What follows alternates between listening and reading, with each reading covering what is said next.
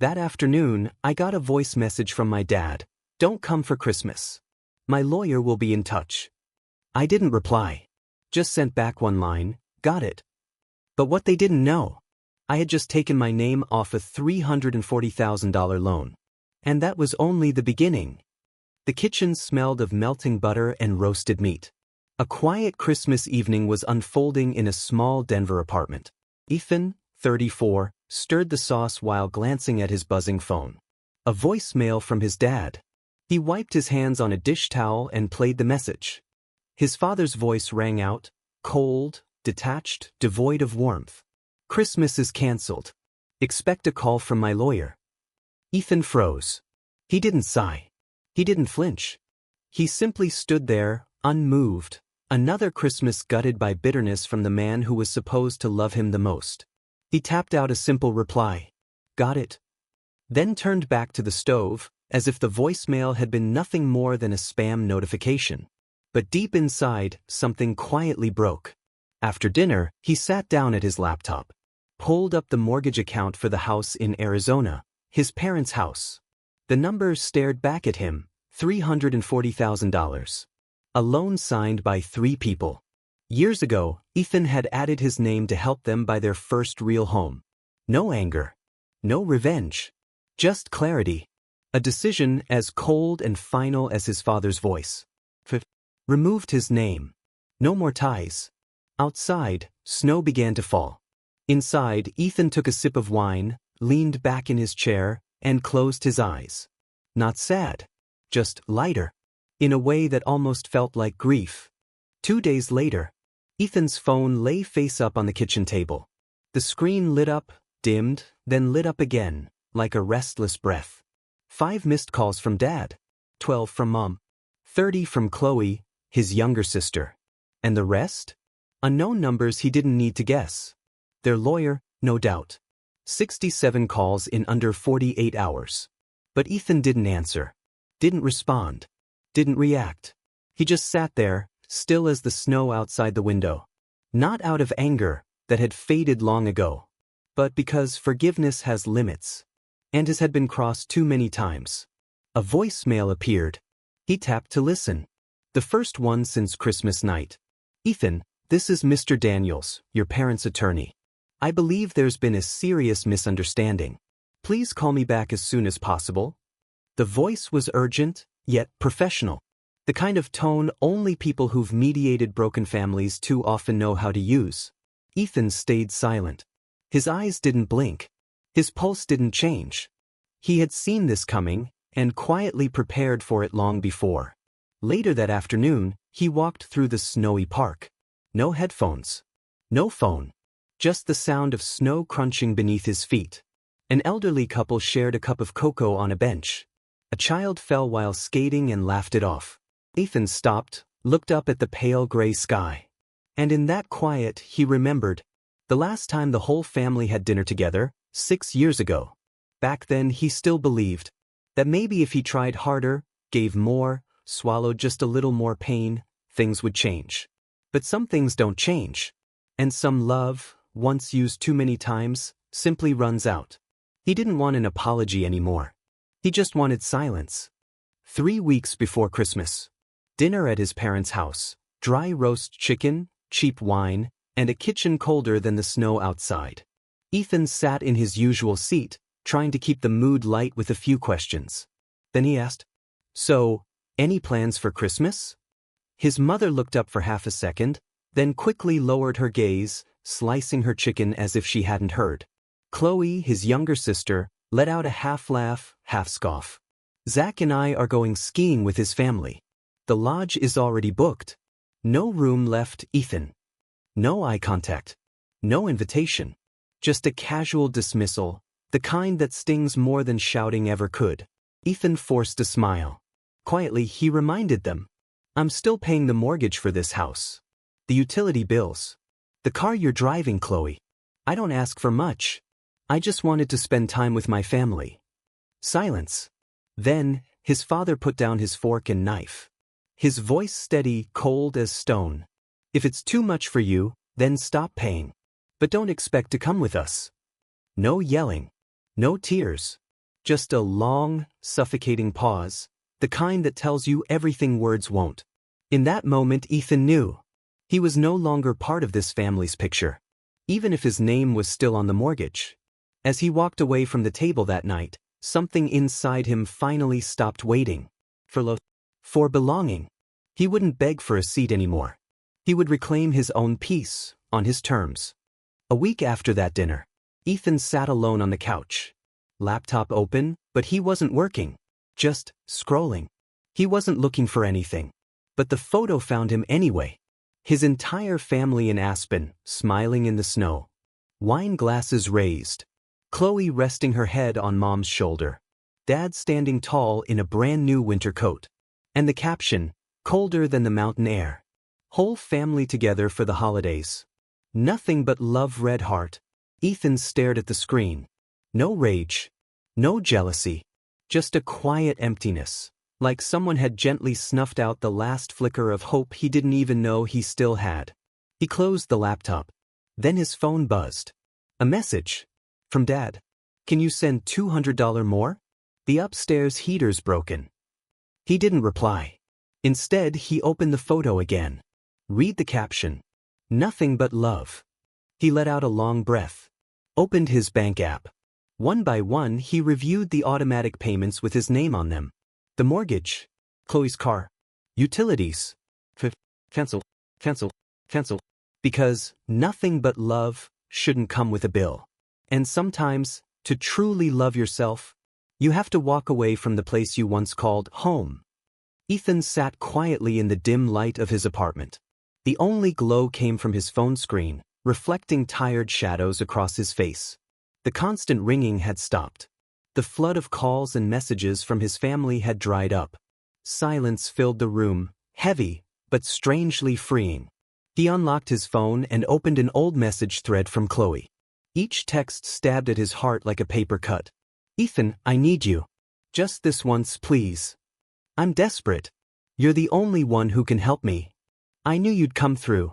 You always do. Attached were hospital bills, car repair receipts, and photos of the shiny silver SUV parked in front of their parents' house, the very vehicle he co-signed on, because Dad needed something safe. It was always an emergency. Always urgent. Always a reason to ask for money. But no one ever asked how he was doing. Ethan scrolled through past transfers, a financial diary revealing a man taken for granted again and again. Then, a quiet thought surfaced in his mind, one no one else would hear. If I disappeared tomorrow, would anyone really notice? He sat there for a long time. Not crying. Not angry. Just finally facing the truth he never dared say out loud. He wasn't a son. He wasn't a brother. He was a walking wallet, compassion long drained dry. Ethan exhaled, not from exhaustion, but relief. Because sometimes the truth hurts. But it also sets you free. Ethan held the phone in his hand, eyes fixed on the keypad. It had been 3 days since he realized he was just a walking wallet. No more hesitation. No more illusions. He made the call. A gentle voice answered. Hi, this is Rebecca from Capital First. How can I assist you today? Ethan took a steady breath.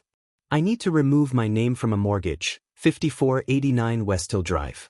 The loan is under George Miller and myself. There was a brief pause. Rebecca verified his information, then spoke, her voice cautious. Mr. Miller, I have to inform you that removing yourself from the mortgage will likely disqualify the remaining borrower, George Miller, from meeting payment criteria. It could result in foreclosure. Ethan leaned back, eyes staring at the ceiling. Silence hung in the air before he responded, calm, resolute. I understand. Proceed. The line went quiet again. But this time, there was no warning. No attempt to change his mind. Only the sound of keys clicking. A decision, executed. When the call ended, Ethan set his phone down. He didn't feel triumphant. Just lighter. As if he'd finally shrugged off a weight that had pressed on his chest for years. He hadn't burned anything down. He had simply stepped out of a house that never truly had room for him. The next morning, Ethan's phone began buzzing nonstop. The first voicemail came from his father, no longer cold or calculated, but furious and desperate. What the hell did you do? The bank just called. They said your name's off the mortgage. Do you even realize what this means? We could lose the house. Your mother is freaking out. Ethan sat still, hands wrapped around his coffee mug, staring blankly at the snow outside. Not a word. Not a flinch. Then a message popped up. Chloe, you can't just do this. You're my brother. Family is forever. We grew up together. I need you. Ethan read the message slowly. Part of him wanted to reply. But a bigger part, a part worn thin and hollowed out, stayed silent. He whispered to himself, like a quiet revelation. Forever. Forever, until they don't need me anymore. He scrolled back through old messages. Chloe begging for help, for rent, for tuition, for just one more month. Her tone always soft, affectionate. But underneath it all, the same unspoken belief that Ethan owed them. That Ethan was the one who should carry the burden. He once believed love meant giving without limits. But now, all he saw was a pattern of being drained, expected, used, by the very people who claimed to love him. His phone kept vibrating. More calls. More messages. But Ethan said nothing. And for the first time in his life, that silence was his answer. 3 days later, Ethan saw a post from his mother on Facebook. No matter how much love you give, some people still choose to turn their back on family. All we wanted was a simple hug this Christmas, but for some, money matters more than blood. She didn't name him, didn't tag him, but everyone knew who she meant. The comments poured in sympathy, judgment, scorn. Family always forgives. Hope your son comes around. Ungrateful children are the deepest heartbreak. Shameful. No child should treat their parents this way. Ethan read each comment. His eyes burned, not from anger, but sorrow. They were painting him as a traitor. And no one knew the truth. Not a single mention of 5 years of mortgage payments. Not a thank you for co-signing his father's car loan. Not a whisper about Chloe's constant requests for tuition, rent, or phone bills. That night, Ethan unlocked his phone. He didn't want to argue. He didn't want revenge. But this time, he wouldn't stay silent. He posted a photo, a screenshot of a spreadsheet. Every dollar he had paid over 5 years. The total? Over $122,000. The caption was simple. Blood should never be a reason one person carries the weight of an entire grown family. I loved, deeply. But love isn't a lifetime obligation. And silence isn't stupidity. He turned off the comments, turned off his phone, and sat still, not with guilt, not with fear. Just the truth. And finally, freedom. Ethan chose a quiet roadside diner on the edge of town, a place none of them had ever been. He wanted somewhere away from the noise, away from the familiar judgment. He arrived early, ordered a black coffee, laid an envelope on the table. Inside, printed records of everything he'd paid over the past 5 years. 15 minutes later, they came in, his father, mother, and Chloe. Gone was the arrogance, the dismissiveness. Now, just uncertainty. And fear. But Ethan didn't come alone. Seated beside him was someone they hadn't expected, his grandfather. The one person in the family who had never asked him for anything. The only one who ever called to ask, "Are you doing okay?" No one spoke for several minutes. Only the soft clinking of cutlery from another table filled the silence. Finally, his mother spoke. "He never meant for things to end up like this." Ethan didn't reply. He slid the envelope across the table. "Read it. That's everything I did," in silence. Chloe's voice trembled. I thought you were always fine. I didn't know you were hurting like that." His father lowered his head, speechless. Then his grandfather finally spoke, slowly, firmly. "Family isn't where you make endless demands. It's where gratitude should start." Ethan looked at each of them. No more anger in his eyes, just exhaustion built up over years. He stood up, voice steady. "I don't need anything. I just needed you to understand. From now on, I live for myself." His grandfather rose beside him. There were no hugs, no tears, only truth, finally spoken aloud. The room was still. No one expected Grandpa to speak, let alone say what came next. He calmly pulled out a worn leather folder and placed it on the table. His voice was steady, low but firm. I've amended the family trust. Ethan is now the sole beneficiary. Guess. Silence. Their mother stood up first, voice rising. Dad, you can't do that. We're family. Grandpa met her eyes, unwavering. Family? You didn't just take advantage of his kindness, you twisted it, lied about him, stepped on him so you could float a little higher. Chloe leaned forward, tears streaming. We didn't know he was carrying all of that alone. Ethan stayed quiet, his gaze fixed on the folder, fingers wrapped around the rim of a half-finished coffee. He didn't feel triumph, only a quiet ache and a sense of being seen. Finally, Grandpa continued, I once believed fairness meant equal shares. But I've come to understand, fairness isn't about pleasing everyone. It's about doing right by the one who stood when no one else did. No one replied. His father sat frozen, eyes down, shoulders collapsed. His mother clutched her purse tighter. Chloe avoided Ethan's gaze. Then Ethan finally spoke. His voice was calm, clear. I don't need the money. But thank you for seeing me.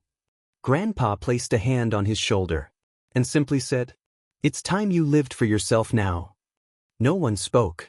Ethan took out his phone, opened the recordings folder. The air in the room felt thinner, heavier with every second. Then his father's voice played, cold and dismissive. I don't care where that boy spends Christmas. He's only good for paying bills. Nothing more. His mother looked away. Chloe stared at the floor. His father leaned back in his chair with a long exhale, but didn't say a word. Ethan continued. He scrolled through messages from Chloe, sweet and pleading when she wanted something, silent or sharp when he didn't deliver. I need you. You're the only one who gets me. Forget it. Just don't be surprised if I stop reaching out. Then the images followed. Tuition receipts, car repair bills, even a lease deposit where Chloe had said, just need your signature. Please. Ethan looked around the table. His eyes held no anger anymore, just a deep, quiet exhaustion. Everything you ever sent me I kept. Not for revenge, but as a reminder that love without boundaries becomes self-destruction. His father shifted as if to speak, but Grandpa raised a hand. No. Nothing else needs to be said. It's all clear now. The silence that followed wasn't empty. It was full of everything they could no longer deny. His mother began to cry. Chloe reached for his hand. His father didn't yell anymore. His eyes held confusion, maybe even regret. Ethan, if there's any way, just give us another chance. His mother whispered. Chloe, I know I messed up. I don't want to lose you. Ethan stood. Not in anger. Not in bitterness. But in calm, final clarity. I never walked away from family. They walked away from me a long time ago. He picked up his coat. No one stopped him, though their eyes silently pleaded. Grandpa rose beside him, placing a firm hand on his shoulder. You're standing strong now, Ethan. From now on, live your life. Not to please others, but to finally find yourself. Outside, snow kept falling. A different kind of Christmas had begun. No invitations, no pretending.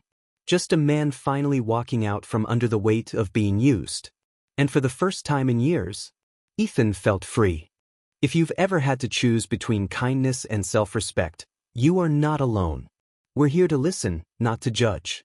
Subscribe to the channel, share your story, and let others who've been hurt know they were never wrong to stand up for themselves. Never let anyone, not even family, define your worth. You deserve respect. You deserve to live as your true self.